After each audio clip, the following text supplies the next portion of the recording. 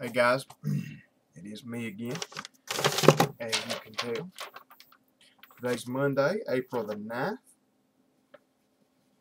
Makes it day 100. Woohoo!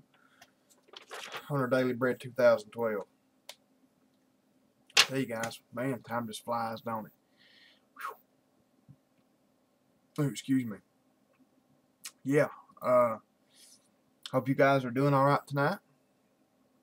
I really do. I don't know why my hair's sticking up like that. Anyway, guys, it's good to be here. I hope y'all are doing alright.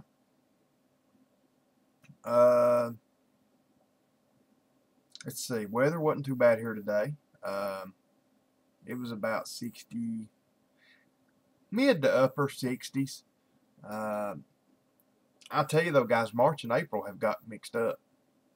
You know, we were up in the 70s and even 80s a lot in March. Good weather, and it's been colder, rainier, just everything in April than it was in March. Windier. The wind today, man, like I said, it was pretty, you know, and fairly warm, but the wind just, man, it blew like crazy all day today. The TV going in and out. So, yeah. But it wasn't too bad.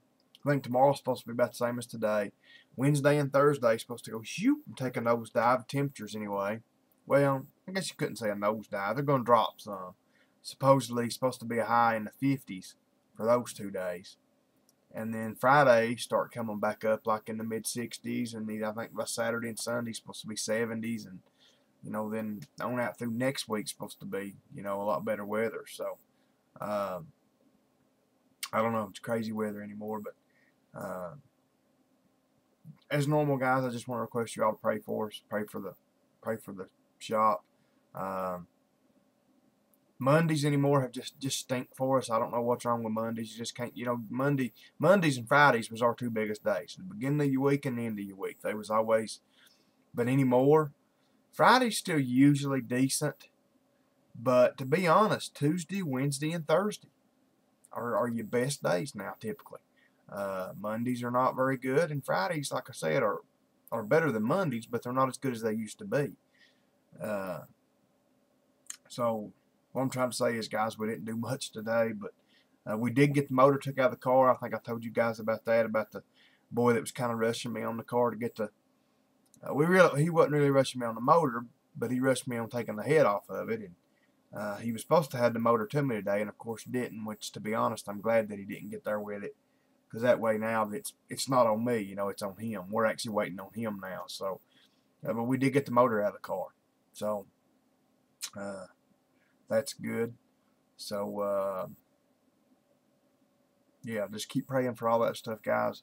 Keep praying again, guys. I hate to even keep asking you for this, but just keep praying that we sell this camper. I got an email from a guy. I'm thinking he's seen it on the Tri-Cities Craigslist. So I'm thinking he's from over around the Tri-Cities, Johnson City, Kingsport, Bristol, somewhere. It's probably one of the only real people that I've had actually contact me on it. You know, Craigslist is just so full of those stupid scams. But anyway, he contacted me and said that he had a 2001 Volkswagen Beetle, you know, one of the new Beetles, and he could give that Beetle and $1,500 boot for this camper. So I emailed him back. I told him, I said, well, we've got 5 or 6 cars already.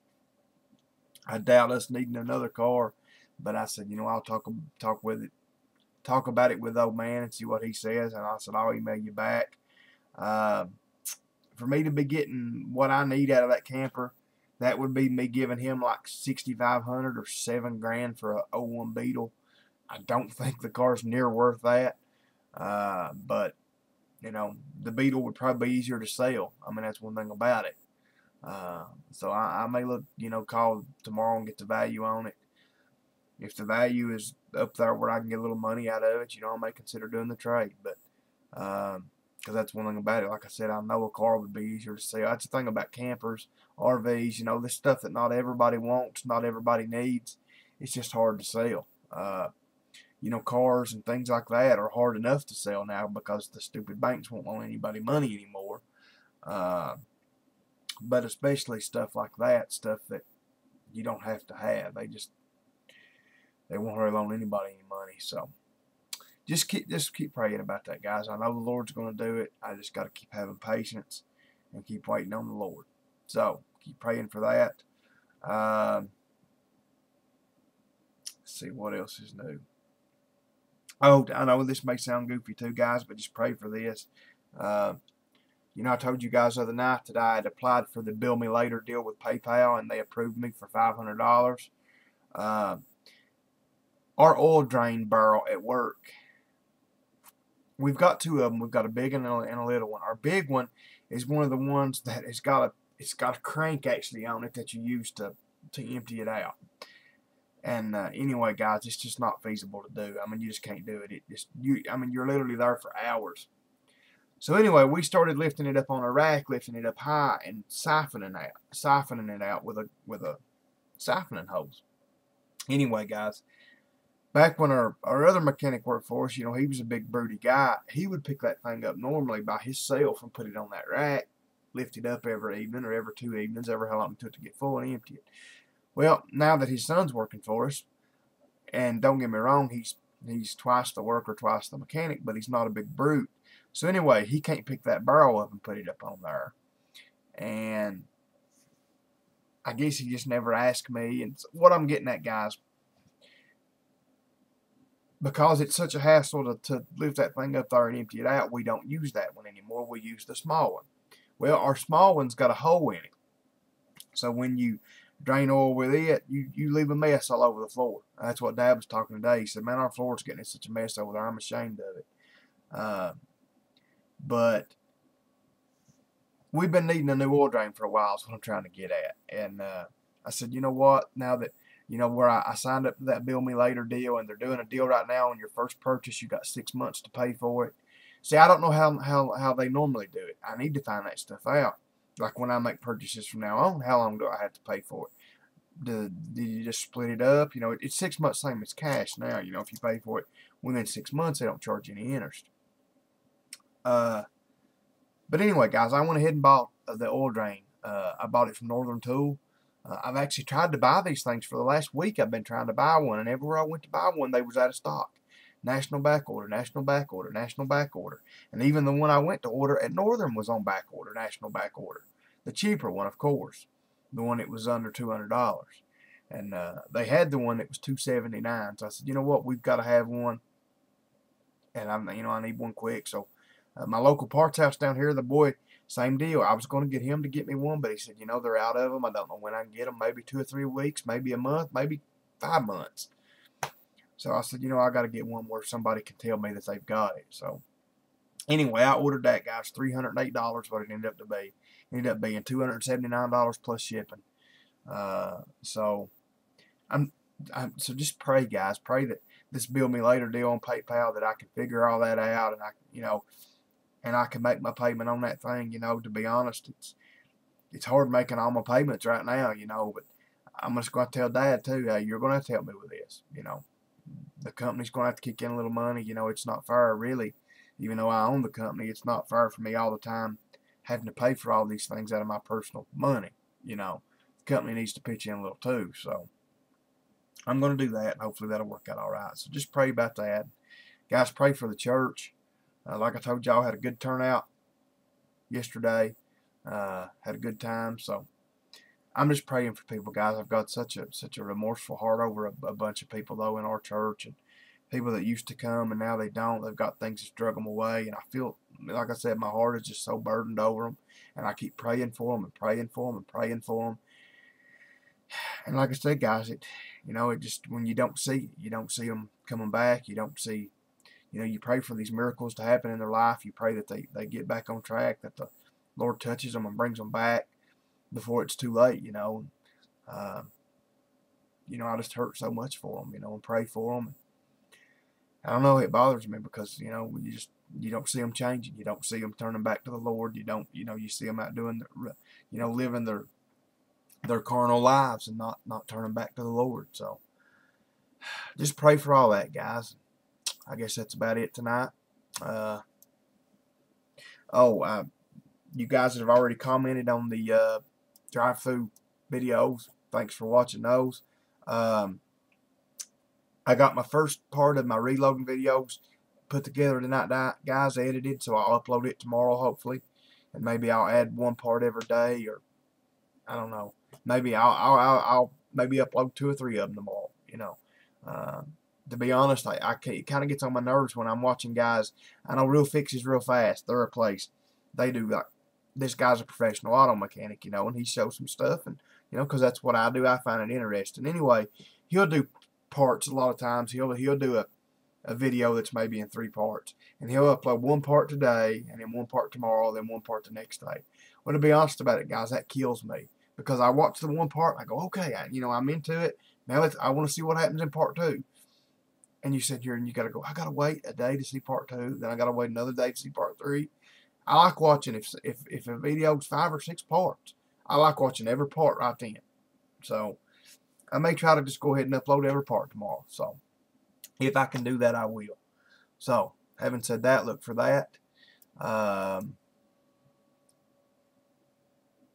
Let's see. Again, oh, Brother Darren, I just wanted to tell you too, like I said, when I figure out the terms and all this on this Bill Me Later deal on my PayPal, I may try to, when I get this oil drain paid off, you know, if the terms are pretty good on that, I'm going to try to buy me a paint gun on it. You know, it's just like having a little credit card, basically. And I need to use that to get my credit built back up. As you know, most of you guys know, I had to file bankruptcy there last summer because the credit card company was trying to take my house. I hated doing that, but you know, sometimes you got to. They wouldn't deal with me. They wouldn't take payments. They wanted all their money at one time, and I didn't have it, and they were going to take my house over it. So anyway, long story short, I need to get my credit built back up, so I think that'll be a good little way to do it, you know, a good start. So anyway, guys, having said all that, like I said, Brother Darren, I am going to buy a paint gun, probably a Segola. It's probably what I'm going to get. So maybe when I get this oil drum paid off, I had to buy it. You know, it's one of the things I needed it. You know, I don't have to have a paint gun right now. I had to have this oil drain. So when I get that paid off, though, brother, me and you's going to talk some paint guns. So, having said all that, guys, 2 Corinthians chapter 6, starting in verse 1, here we go. We then, as workers together with him, beseech you also that ye receive not the grace of God in vain. For he saith, I have heard, excuse me, I have heard thee in a time accepted, and in the day of salvation have I secured thee. Behold, now is the accepted time. Behold, now is the day of salvation.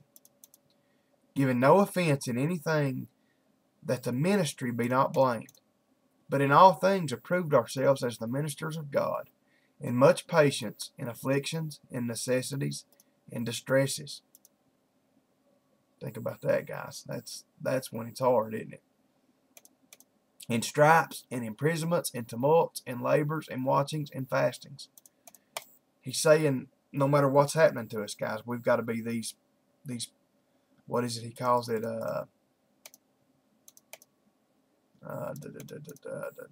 Well, what did he say here? Anyway, what was it he called it? Ministers of God. That's what it was. That's what I was looking for. We've got. It's hard to be the ministers of God, guys, when we're going through bad things in our lives, when we're in stripes, imprisonments, in tumults, and labors, as he's saying. When we're going through crap, just to be honest, just to put it the hillbilly way, when we're going through a lot of stuff, it's hard to do that. But guys, we've got to keep doing it.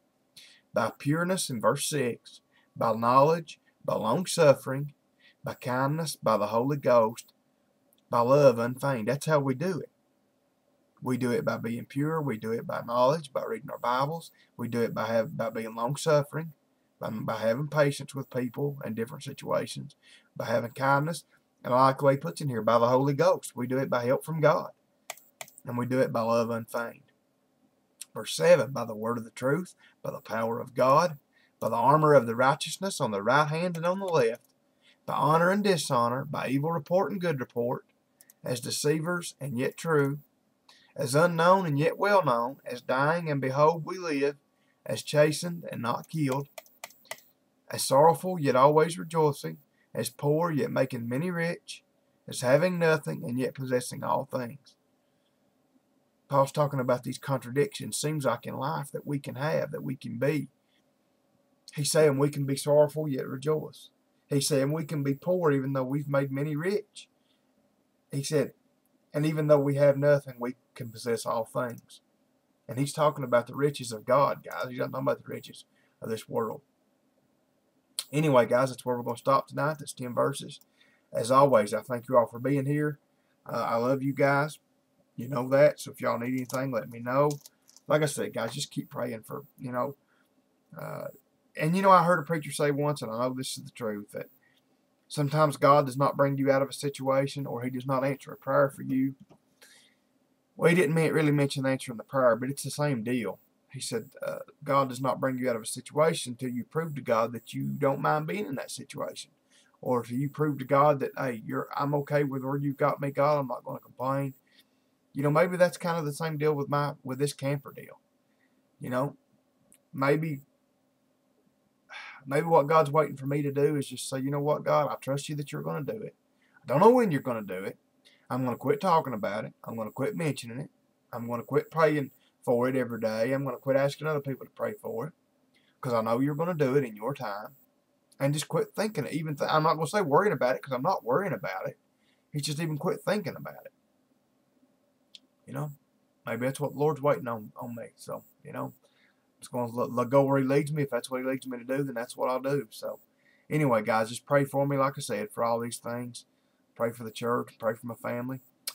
And I guess that's about it. So, good Lord willing, guys, I'll be back here tomorrow night if nothing don't happen. Until I see you all again, good night. God bless.